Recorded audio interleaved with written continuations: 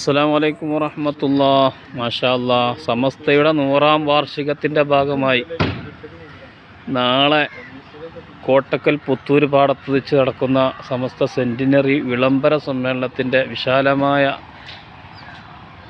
വേദിയാണിത്, സദസ്സാണ് കാണുന്നത്.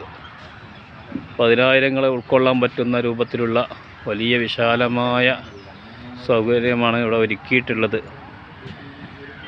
ബഹുമാനപ്പെട്ട സമസ്ത കേരള ജംഇയ്യത്തുൽ ഉലമയുടെ സ്ഥാപക നേതാവ് പാങ്ങിൽ AP അഹമ്മദ് കുട്ടി മുസ്ലിയാർ ഖദ്ദസല്ലാഹു സിറുൽ അസീസ്, അവരുടെ നാട്ടുകാരായ നമ്മുടെ സമസ്തയുടെ സെൻറ്റിനറി അംഗങ്ങളായ ഞങ്ങൾ 4 പേരാണ് ഇവിടെ നഗരി കാണാൻ വേണ്ടി എത്തിയിട്ടുള്ളത്.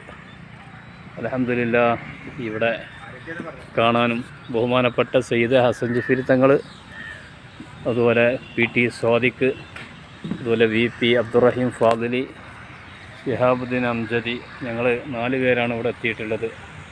വിശാലമായ സൗകര്യങ്ങളാണ്. നാളെ ഉച്ചയോട് കൂടെ തന്നെ എല്ലാ പ്രവർത്തകരും കോട്ടക്കൽ ലക്ഷ്യമാക്കിക്കൊണ്ട് മലപ്പുറം ജില്ലയിലെ മുഴുവൻ പ്രവർത്തകരും ഈ നഗരിയിൽ എത്തിച്ചേരും.